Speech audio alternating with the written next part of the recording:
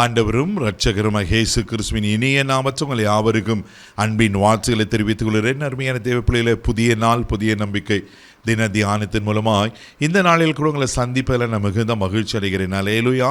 இன்றைக்கு கூட கர்த்தர் நமக்கு கொடுக்கிற வார்த்தை என்ன? சங்கீதத்தின் புஸ்தகம் 3ஆம் சங்கீதம் 6வது வசனத்தை கூட நான் வாசிக்க கேட்போம்.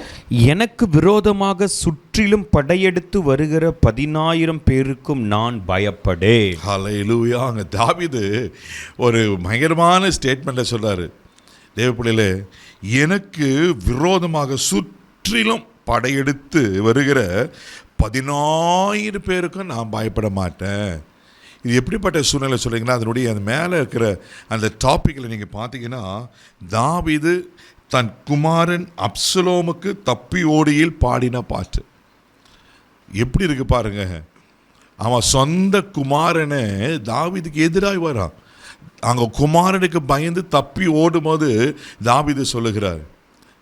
எப்படி இருக்கும் பாருங்க சூழ்நிலை. ஆனால் தாவீதுக்கு மிகப்பெரிய ஒரு நம்பிக்கை இருந்துச்சு, நான் பயப்பட மாட்டேன். ஏன்னா இங்கே அழகாக சொல்லப்பட்டிருக்கு, எனக்கு விரோதமாக சுற்றிலும் படையெடுத்து வருகிற 10,000 பேருக்கு பயப்பட சொல்லிட்டு 7வது வசனம் சொல்லப்பட்டிருக்கு, கர்த்தாவே எழுந்தருளும், என் தேவனே என்னை ரட்சியும், நீர் என் பகைஞர் எல்லாரையும் தாடியில் அடித்து துன்மார்க்குடைய பற்களை தகர்த்து போட்டீர். அல்லேலூயா. கர்த்தர் கூட இருக்கிறதுனால, தாவீது எப்பவுமே கர்த்தரை சார்ந்து இருப்பதனால 10,000 பேர் வந்தாலும் நான் பயப்பட மாட்டேன்னு சொல்லுகிறத பார்க்குறோம். அதே சங்கீதத்தின் புஸ்தகம் 56ஆம் சங்கீதம் 4வது வசனத்தை கூட நீங்கள் வாசிக்கும் போது இப்படியாய் சொல்லியிருப்பார். வாசிக்க கேட்போம். தேவனை முன்னிட்டு அவருடைய வார்த்தையை புகழுவேன், தேவனை நம்பி இருக்கிறேன், நான் பயப்படேன், மாம்சமானவன் எனக்கு என்ன செய்வான். ஹல்லேலூயா, ஆமென். பாருங்க, தேவனை நம்பி இருக்கிறேன், நான் பயப்படேன், மாம்சமானவன் எனக்கு என்ன செய்வான்.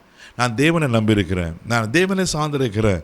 ஆமென். மாம்சமானவன் என்ன செய்ய முடியும்? தேவப்பிள்ளையில நீங்களும் நானும் கூட ஆண்டவரை சார்ந்து கொண்டு இருக்கும்போது, ஆண்டவரை நம்பும்போது சத்துருவம், எத்தனை பெரிய சத்துரு வந்தாலும் நம்மளை தொட முடியாது. எப்படி மனுஷர்கள் அதிகாரங்கள் வந்தாலும் நம்மளை தொட முடியாது. மாம்சமானவர் நம்மளுக்கு ஒன்றுமே செய்ய முடியாது. ஏன்னா ஆமென், கர்த்தருடைய சேனை நம்மோடு இருக்கிறார், கர்த்தர் நம்மோடு கூட இருக்கிறார். அவர் நமக்காக யுத்தம் பண்ணவர் அல்ல, அவர் நம்மை பாதுகாத்தவர் அல்லவா. அதே சங்கீதத்தின் புஸ்தகம் 118ஆம் சங்கீதம் 6வது வசனத்தை கூட இப்படியா சொல்லப்பட்டிருக்கு. வாசிக்க கேட்போம். கர்த்தர் என் பட்சத்தில் இருக்கிறார், நான் பயப்படேன், மனுஷன் எனக்கு என்ன செய்வான். ஆமென். கர்த்தர் என் பட்சத்தில் இருக்கிறார், நான் பயப்படேன், மனுஷன் எனக்கு என்ன செய்வான். இது 24/7 உங்கள் மைண்டுக்குள்ளே இருக்கட்டும். தேவ பிள்ளை, அது உங்கள் வாழ்க்கை அனுபவமாக இருக்கட்டும். கர்த்தரின் பட்சத்தில் இருக்கிறார் அப்படின்னு. கர்த்தர் என்னோடு கூட தான் இருக்கிறார், என் கூட இருக்க, என் பக்கத்தில் இருக்கிறார். என்னையும் கர்த்தரை பிரிக்க முடியாது. எனக்கு ஏதாவது ஒன்றுன்னா கர்த்தருக்கு தான் அதை பாதிக்கும். கர்த்தர் என் பட்சத்தில் இருக்கிறார்.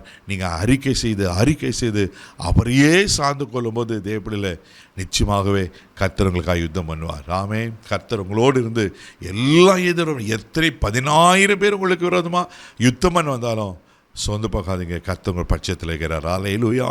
அதே எபிரேயர் நிருபம் 13ஆம் அதிகாரம் 6வது வசனம் இப்படியா சொல்லப்பட்டிருக்கு.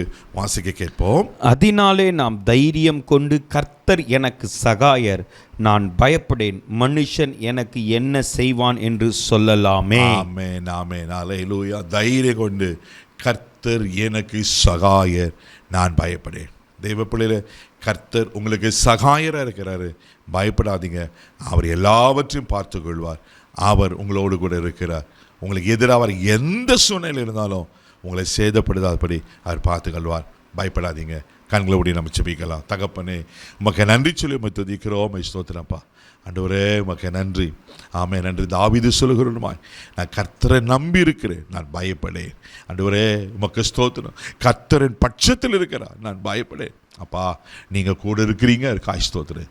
எல்லாத்தையும் எத்தனை 10,000 பேர் எதிர்த்து வந்தாலும் இவ்வளோ தொட முடியாதுன்னு சொன்ன போல எல்லா தீங்குக்கு விளக்கி காத்துக்கொள்ளுங்க. அப்பா, நீங்கள் கூட இருக்கிறத அவர்கள் ஒவ்வொரு நிமிஷம் உணர்ந்து அறிந்து கொள்ளட்டும். நீங்கள் பாதுகாத்துக்கொள்ளும், எல்லா தீங்குக்கும் விளக்கி காத்துக்கொள்ளும். இந்த நாள் முழுதும் கரமெடுத்து நடத்தும், பொறுப்பெடுத்துக்கொள்ளும். இயேசுவின் மூலம் ஜெபம் கேளும் பிதாவே, ஆமென். அவர்களோடு இருக்கிற தைரியமாக போங்க. God bless you.